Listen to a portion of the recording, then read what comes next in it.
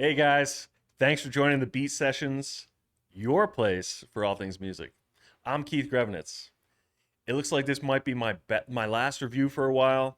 I've taken a job in Montana as the 10 p.m. news anchor. Wish me luck. But I want to thank Mitch for helping me get there. He's been a big help for me, and doing these reviews is definitely part of it. Today's review is of a band that not everyone is crazy about. Don't get me wrong here, but the people who do like it can tend towards being fanatical. You superfans out there know the history, so bear with me for the other members of the class. Phish formed back in '83, the year I was born, in the beautiful state of Vermont. It's a players band, one that fans might tell you is best to see live. And as a fan of several of Jerry Garcia's, led groups, I can relate to this sentiment. When I listen to album versions of The Dead, it feels like I'm being deprived of the soul of the music that I love.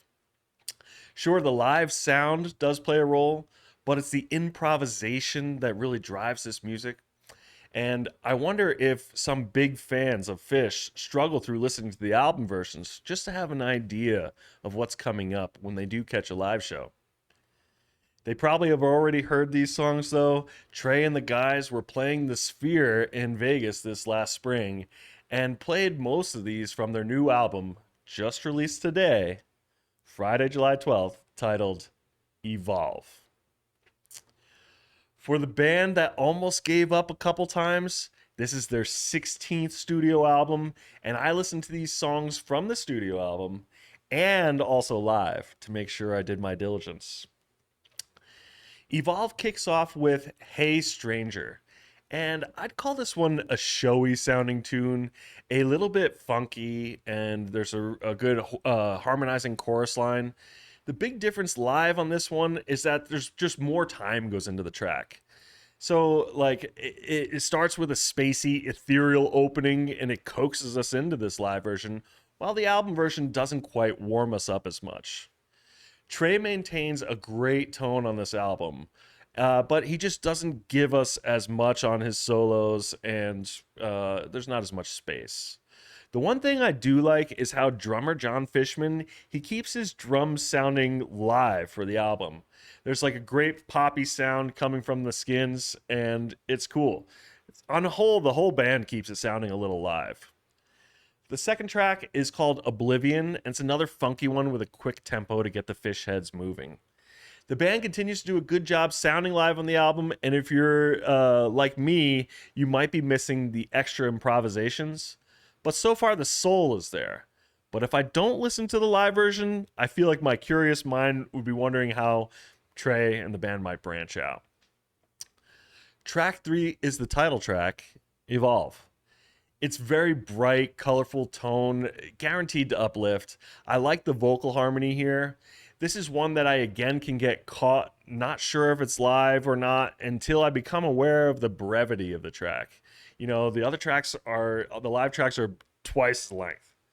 Trey keeps up with the airy tone of the song with a very crisp and upbeat soloing.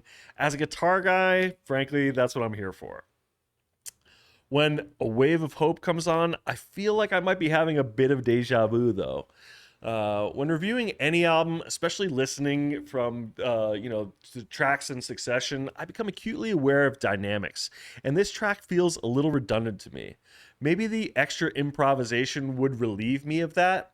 The cool thing about this one is I'm getting a lead on piano, and because the song formatting is echoing a little, I think Trey's his solo is having a hard time finding its identity too. The fifth track, Pillow Jets, it slows down just a little and supplies us some much needed minor tones to mix it up. And though the verse, I have to say, it conjures up Eagle Eye Cherry's "Save tonight, fight the brink of dawn." So see if you can unhear that now after I said that. Trey from New Jersey, like me, he clobbers the solo though here with heavy effects, wahs and wonks. But as a guitarist, I can speak his language, and listening, I feel like his vocabulary might be lacking a little. I hear his comfort zones, his crutch riffs, and I think he would flesh this out better, much better live. Lonely Trip is a feely one that seesaws back and forth between two chords for the most part. Two chord tracks are great for improv, and I feel like I'm ready for Trey to do his thing here. And I know he'd do this one right. His tone is clean and sustained with a ringing reverb. Trey tells a great story here with this solo, which is important to me.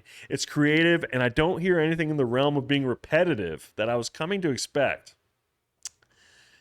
Life Saving Gun is the seventh track, and it makes me feel like the 80s here, a little nostalgic. Cool. I wasn't in the 80s, as too much of a sentient being, but it's almost like a Robert Palmer feel. Anastasio doesn't give us a traditional solo in this one, and I'm okay with it. Vocal harmony is great here, instrument tone is solid. In Monsters, Phish hangs in a minor mode and slows it down again. The chorus repeats, easy now, and Trey eases into a mellow solo that I think might be a little too easy for him. His moves are a little expected and don't really blow my hair back, but I like the standardness of it. Ether Edge scoops me back up from my despair. I really like how it juxtaposes slower parts of the song with the faster parts. I like the clean piano lead here and the way the drums can totally light up the song or draw the curtain. Trey brings us home with a clean and melodic lead that I'm pretty sure I hear a bad note in, which is strange for an album version. Human Nature is track 10, and I just don't think it's a great track on whole. A lot of the rest I'm hearing this album don't strive to be unique. Lots of standard sounding formatting, but the breakdown at the end of the track makes me perk back up. It's trippy and a little spacey, and I think this ending should be explored properly in a live jam, no doubt. It's a cool one.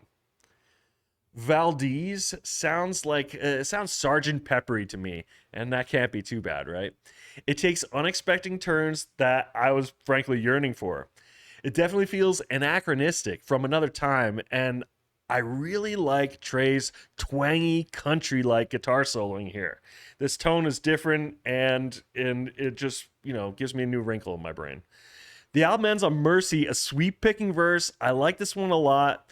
There are some really good mode changes that I wasn't predicting, and sometimes you want a song to hit how you expect, and other times you want to be surprised. We get some string sounds in here that really breathe life into it, and some clean piano.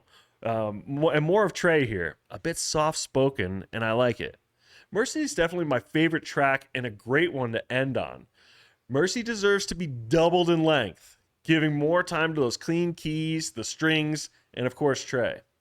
The live version is a little less rushed that way, and it really puts me in a good zone.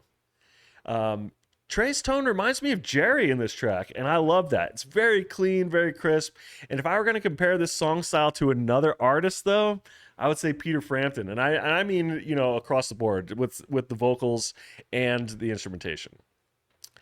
If you needed a reason to go see Phish live, this could be it.